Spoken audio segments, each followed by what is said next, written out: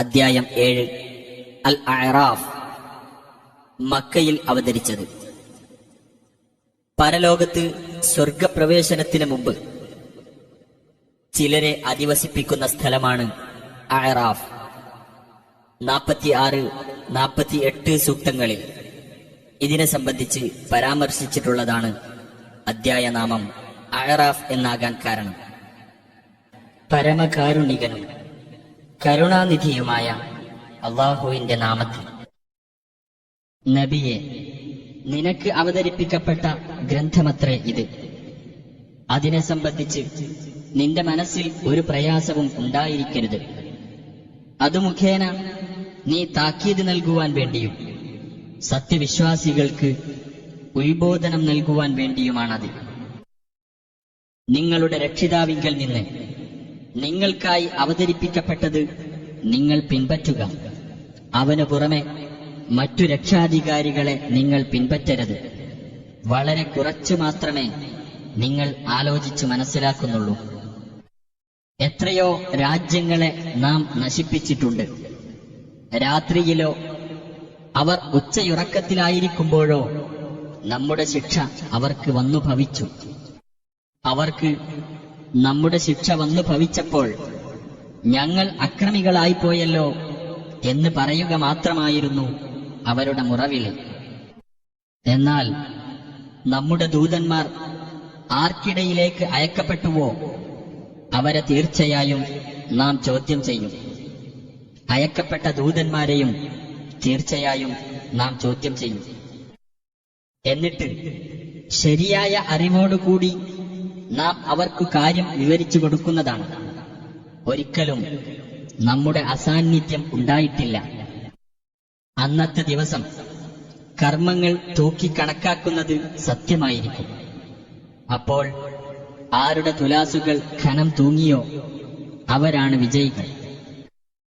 ആരുടെ തുലാസുകൾ ഖനം കുറഞ്ഞുവോ അവരാണ് ആത്മനഷ്ടം നേരിട്ടവർ. നമ്മുടെ ദൃഷ്ടാന്തങ്ങളുടെ നേരെ അവർ അന്യായം കൈക്കൊണ്ടിരുന്നതിന്റെ ഫലമത്രേ അത്. നിങ്ങൾക്കു നാം ഭൂമിയിൽ സ്വാധീനം നൽകുകയും നിങ്ങൾക്കവിടെ നാം ജീവിതമാർഗങ്ങൾ ഏർപ്പെടുത്തുകയും ചെയ്തിരിക്കുന്നു. കുറച്ച് മാത്രമേ നിങ്ങൾ നന്ദി കാണിക്കുന്നുള്ളൂ. തീർച്ചയായും നാം നിങ്ങളെ സൃഷ്ടിക്കുകയും നിങ്ങൾക്ക് രൂപം നൽകുകയും ചെയ്തു. പിന്നീട് നാം മലക്കുകളോട് പറഞ്ഞു, നിങ്ങൾ ആദമിനെ പ്രണമിക്കുക. അവർ പ്രണമിച്ചു, ഇബ്ലീസ് ഒഴികെ. അവൻ പ്രണമിച്ചവരുടെ കൂട്ടത്തിലായില്ല. അല്ലാഹു പറഞ്ഞു, ഞാൻ നിന്നോട് കൽപ്പിച്ചപ്പോൾ സുജൂദ് ചെയ്യാതിരിക്കാൻ നിനക്കെന്ത് തടസ്സമായിരുന്നു? അവൻ പറഞ്ഞു, ഞാൻ ആദമിനേക്കാൾ ഉത്തമനാകുന്നു. എന്നെ നീ അഗ്നിയിൽ നിന്നാണ് സൃഷ്ടിച്ചത്, അവനെ നീ സൃഷ്ടിച്ചത് കളിമണ്ണിൽ നിന്നും. അല്ലാഹു പറഞ്ഞു, നീ ഇവിടെ നിന്ന് ഇറങ്ങിപ്പോകുക. ഇവിടെ നിനക്ക് അഹങ്കാരം കാണിക്കാൻ പറ്റുകയില്ല. തീർച്ചയായും നീ നിന്ദ്യരുടെ കൂട്ടത്തിലാകുന്നു. അവൻ പറഞ്ഞു, മനുഷ്യർ ഉയിർത്തെഴുന്നേൽപ്പിക്കപ്പെടുന്ന ദിവസം വരെ നീ എനിക്ക് അവധി നൽകണമേ. അല്ലാഹു പറഞ്ഞു, തീർച്ചയായും നീ അവധി നൽകപ്പെട്ടവരുടെ കൂട്ടത്തിലാകുന്നു. ഇബ്ലീസ് പറഞ്ഞു, നീ എന്നെ വഴിപിഴപ്പിച്ചതിനാൽ നിന്റെ നേരായ പാതയിൽ മനുഷ്യർ പ്രവേശിക്കുന്നത് തടയാൻ ഞാൻ കാത്തിരിക്കും. പിന്നീട് അവരുടെ മുന്നിലൂടെയും അവരുടെ പിന്നിലൂടെയും അവരുടെ വലതുഭാഗങ്ങളിലൂടെയും ഇടതുഭാഗങ്ങളിലൂടെയും ഞാൻ അവരുടെ അടുത്ത് ചെല്ലുക തന്നെ ചെയ്യും. അവരിൽ അധിക പേരെയും നന്ദിയുള്ളവരായി നീ കണ്ടെത്തുന്നതല്ല. അല്ലാഹു പറഞ്ഞു, നിന്ദ്യനും തള്ളപ്പെട്ടവനുമായിക്കൊണ്ട് നീ ഇവിടെ നിന്ന് പുറത്തു കടക്കൂ. അവരിൽ നിന്ന് വല്ലവരും നിന്നെ പിൻപറ്റുന്ന പക്ഷം നിങ്ങളെല്ലാവരെയും കൊണ്ട് ഞാൻ നരകം നിറക്കുക തന്നെ ചെയ്യും.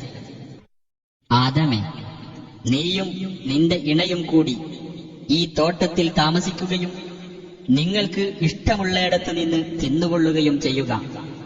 എന്നാൽ ഈ വൃക്ഷത്തെ നിങ്ങൾ സമീപിച്ചു പോകരുത്. എങ്കിൽ നിങ്ങൾ ഇരുവരും അക്രമികളിൽപ്പെട്ടവരായിരിക്കും എന്നും അല്ലാഹു പറഞ്ഞു. അവരിൽ നിന്ന് മറച്ചുവെക്കപ്പെട്ടിരുന്ന അവരുടെ ഗോപ്യസ്ഥാനങ്ങൾ അവർക്ക് വെളിപ്പെടുത്തുവാനായി പിശാച് അവർ ഇരുവരോടും ദുർമന്ത്രണം നടത്തി.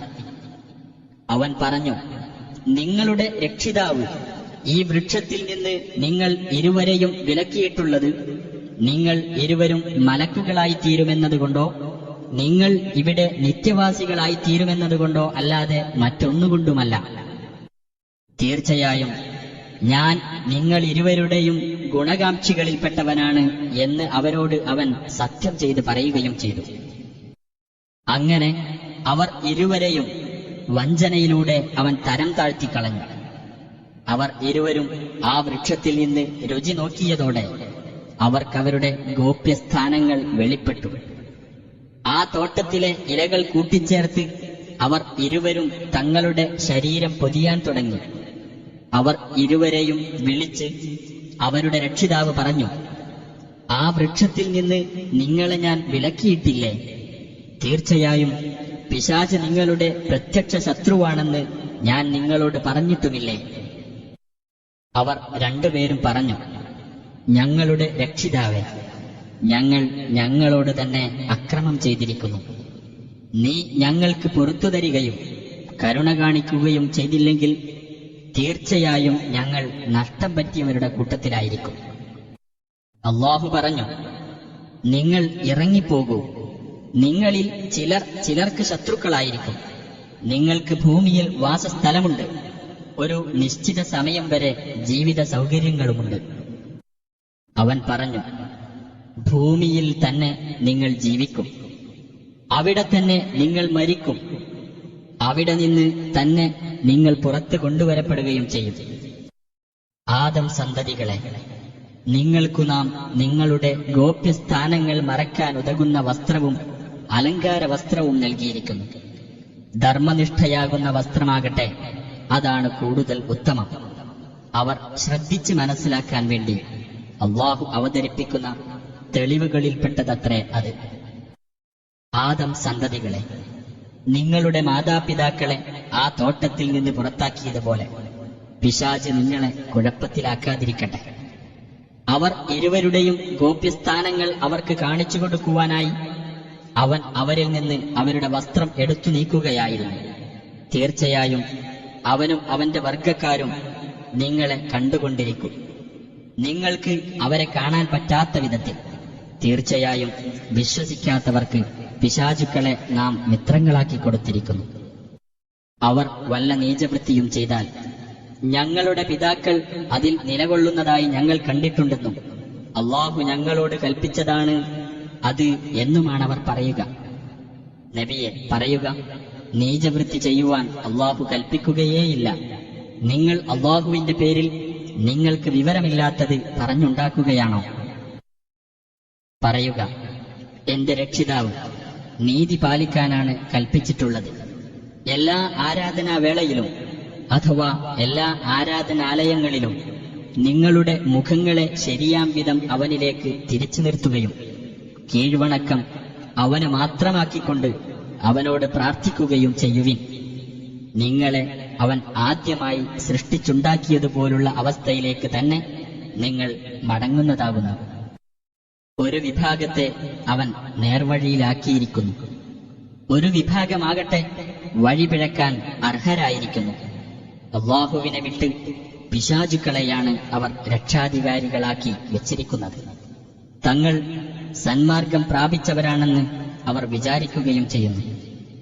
ആദം സന്തതികളെ, എല്ലാ ആരാധനാലയത്തിങ്കലും അഥവാ എല്ലാ ആരാധനാവേളകളിലും നിങ്ങൾക്ക് അലങ്കാരമായിട്ടുള്ള വസ്ത്രങ്ങൾ ധരിച്ചുകൊള്ളുക. നിങ്ങൾ തിന്നുകയും കുടിക്കുകയും ചെയ്തുകൊള്ളുക. എന്നാൽ നിങ്ങൾ ദുർവ്യയം ചെയ്യരുത്. ദുർവ്യയം ചെയ്യുന്നവരെ അല്ലാഹു ഇഷ്ടപ്പെടുകയേയില്ല. നബിയെ പറയുക, അല്ലാഹു അവന്റെ ദാസന്മാർക്ക് വേണ്ടി ഉൽപ്പാദിപ്പിച്ചിട്ടുള്ള അലങ്കാര വസ്തുക്കളും വിശിഷ്ടമായ ആഹാര പദാർത്ഥങ്ങളും നിഷിദ്ധമാക്കിയതാരാണ്? പറയുക, അവ ഐഹിക ജീവിതത്തിൽ സത്യവിശ്വാസികൾക്ക് അവകാശപ്പെട്ടതാണ്. ഉയർത്തെഴുന്നേൽപ്പിന്റെ നാളിൽ അവർക്കു മാത്രമുള്ളതുമാണ്. മനസ്സിലാക്കുന്ന ആളുകൾക്കു വേണ്ടി അപ്രകാരം നാം തെളിവുകൾ വിശദീകരിക്കുന്നു. പറയുക, എന്റെ രക്ഷിതാവ് നിഷിദ്ധമാക്കിയിട്ടുള്ളത് പ്രത്യക്ഷമായതും പരോക്ഷമായതുമായ നീചവൃത്തികളും അധർമ്മവും ന്യായം കൂടാതെയുള്ള കയ്യേറ്റവും യാതൊരു പ്രമാണവും അല്ലാഹു ഇറക്കി തന്നിട്ടില്ലാത്തതിനെ അവനോട് നിങ്ങൾ പങ്കുചേർക്കുന്നതും അല്ലാഹുവിന്റെ പേരിൽ നിങ്ങൾക്കു വിവരമില്ലാത്തത് നിങ്ങൾ പറഞ്ഞുണ്ടാക്കുന്നതും മാത്രമാണ്. ഓരോ സമുദായത്തിനും ഓരോ അവധിയുണ്ട്. അങ്ങനെ അവരുടെ അവധി വന്നെത്തിയാൽ അവർ ഒരു നാഴിക നേരം പോലും വൈകിക്കുകയോ നേരത്തെ ആക്കുകയോ ഇല്ല.